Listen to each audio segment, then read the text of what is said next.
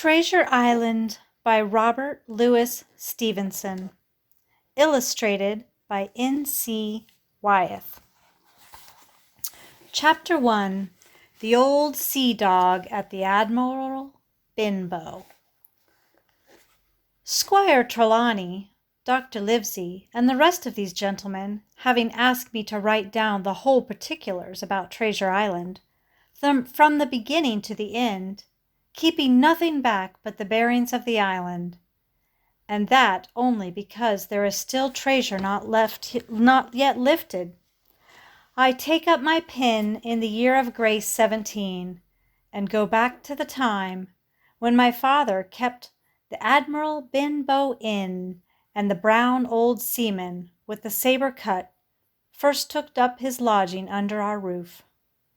I remember him as if it were yesterday, as he came plodding to the inn door, his sea chest following behind him in a hand-barrow, a tall, strong, heavy, nut-brown man, his tarry pigtail falling over the shoulders of his soiled blue coat, his hands ragged and scarred with black broken nails, and the sabre cut across one cheek, a dirty livid white. I remember him looking round the cove and whistling to himself as he did so, and then breaking out in that old sea song that he sang so often, 15 men on the dead man's chest, yo-ho-ho, and a bottle of rum, in the old high, old tottering voice that seemed to have been tuned and broken at the capstan bars.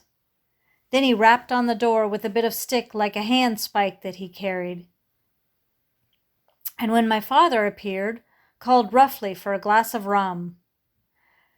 This, when it was brought to him, he drank slowly, like a connoisseur, lingering on the taste, and still looking about him at the cliffs and up at our signboard. "This is a handy cove," says he at length, "and a pleasant situated grog shop. Much company, mate?" My father told him no, very little company. The more was the pity. "Well then," he said, "this is the berth for me. Here, ye matey," he cried to the man who trundled the barrow. "Bring up alongside and help up my chest. I'll stay here a bit," he continued. "I'm a plain man. Rum and bacon and egg is what I want, and that head up there for to watch ships off. What you might call me? You might call me captain. Oh, I see what you're at there." And he threw down 3 or 4 gold pieces on the threshold. "You can tell me when I work through that," says he, looking as fierce as a commander. And indeed, bad as his clothes were, and coarsely as he spoke, he had none of the appearance of a man who sailed before the mast, but seemed like a mate or skipper, accustomed to being obeyed or to strike. The man who came with the barrow told us the mail had set him down the morning before at the Royal George, that he had inquired what inns there were along the coast, and hearing ours well spoken of, I suppose, and described as lonely, had chosen it from the others for his place of residence. And that was all we could learn of our guest. He was a very silent man by custom. All day he hung around the cove or upon the cliffs with a brass telescope. All evening he sat in a corner of the parlor next to the fire, and drank rum and water very strong. Mostly he would not speak when spoken to, only look up sudden and fierce, and blow through his nose like a foghorn. And we and the people who came about our house soon learned to let him be. Every day, when he came back from his stroll, he would ask if any seafaring men had gone by along the road. At first we thought it was the want of company of his own kind that made him ask this question, but at last we began to see he was desirous to avoid them. When a seaman put up at the Admiral Benbow, as now and then some did, making by the coast road for Bristol, he would look in at him through the curtained door before he entered the parlor, and he was always sure to be as silent as a mouse when any such was present. For me, at least, there was no secret about the matter. for I was, in a way, a sharer in his alarms. He had taken me aside one day and promised me a silver fourpenny on the first of every month if I would only keep my weather eye open for a seafaring man with one leg, and let him know the moment he appeared. Often enough, when the first of the month came round and I applied to him for my wage, he would only blow through his nose at me and stare me down. But before the week was out he was sure to think better of it, bring me my fourpenny piece, and repeat his orders to look out for the seafaring man with one leg. How the personage haunted my dreams, I need scarcely tell you. On stormy nights when the wind shook the four corners of the house, and the surf roared along the row,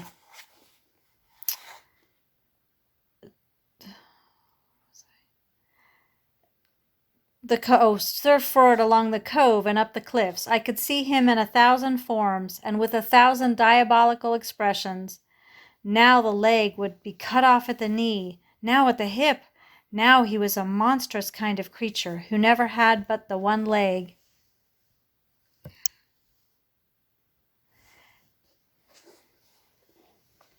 And that in the middle of his body. To see him leap and run and pursue me over hedge and ditch was the worst of nightmares. And although I paid pretty dear for my monthly fourpenny piece in the shape of those abominable fancies. But though I was so terrified by the idea of the seafaring man with one leg, I was far less afraid of the captain himself than anybody else who knew him. There were nights when he took a deal more rum and water than his head would carry, and then he would sometimes sit and sing his wicked old wild sea songs, minding nobody. But sometimes he would call for glasses round, and force all the trembling company to listen to his stories, or hear a chorus to his singing. Often I have heard the house shaking with "Yo-ho-ho" and a bottle of rum, all the neighbors joining in for dear life, with the fear of death upon them, and each singing louder than the other to avoid remark. For in these fits he was the most overriding companion ever known. He would slap his hand on the table for silence all around. He would fly up in a passion of anger at a question, or sometimes because none was put, and so he judged the company was not following his story. Nor would he allow any one to leave the inn till he had drunk himself sleepy and reeled off to bed. His stories were what terrified people worst of all. Dreadful stories they were, about hanging and walking the plank and storms at sea and the dry Tortugas and wild deeds and places on the Spanish Main. By his own account, he must have lived his life among some of the wickedest men that God ever allowed upon the sea. And the language in which he told these stories shocked our plain country people almost as much as the crimes that he described. My father was always saying the inn would be ruined, for people would soon cease coming there, to be tyrannized over and put down and sent shivering to their beds. But I really believe his presence did us good. People were frightened at the time, but on looking back, they rather liked it. It was a fine excitement in a quiet country life, and there was even a party of the younger men who pretended to admire him, calling him a true sea dog and a real old salt, and such like names, and saying there was the sort of man that made England terrible at sea. In one way, indeed, he bade fair to ruin us, for he kept on staying week after week, at last month after month, so that all the money had been long exhausted, and still my father never plucked up the heart to insist on having more. If ever he mentioned it, the captain blew through his nose so loudly that you might have say he roared, and stared my poor father out of the room. I have seen him wringing his hands after such a rebuff, and I am sure the annoyance and the terror he lived in must have greatly hastened his early and unhappy death. All the time he lived with us the captain made no change whatever in his dress but to buy some stockings from a hawker. One of the cocks of his hat having fallen down, he let it hang from that day forth, though it was a great annoyance when it blew. I remember the appearance of his coat, which he patched himself upstairs in his room, and which before the end was nothing but patches. He never wrote or received a letter, and he never spoke with any but the neighbors, and with these, for the most part, only when drunk on rum. The great sea chest none of us had ever seen open. He was only once crossed, and that was towards the end, when my poor father was far gone in a decline that took him off. Dr. Livesey came late one afternoon to see the patient, took a bit of dinner for my mother, and went into the parlor to smoke a pipe until his horse could come down from the hamlet, for we had no stable at the old Benbow. I followed him in, and I remember observing the contrast, the neat bright doctor with his powder as white as snow, and his bright black eyes and pleasant manners made with the coltish country folk, and above all with the filthy, heavy, bleared scarecrow of a pirate of ours, sitting far gone in rum, and his arms on the table.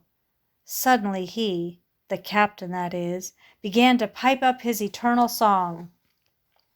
15 men on the dead man's chest, yo-ho-ho, and a bottle of rum. Drink and the devil had gun for rum, yo-ho-ho, and a bottle of rum. At first I had supposed the dead man's chest to be that identical big box of his upstairs in the front room, and the thought had been mingled in my nightmares with that one-legged seafaring man. But this time we had all long ceased to pay any particular notice to the song. It was new that night, to nobody but Dr. Livesey, and on him I observed it did not produce an agreeable effect, for he looked up for a moment quite angrily before he went on with his talk to old Taylor, the gardener, on a new cure for the rheumatics.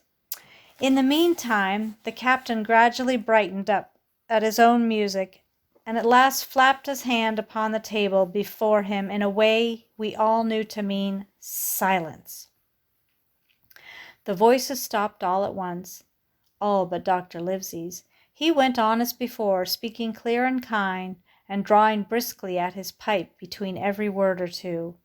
The captain glared at him for a while, flapped his hand again, glared still harder, and at last broke out with a villainous low oath. "Silence there between decks!"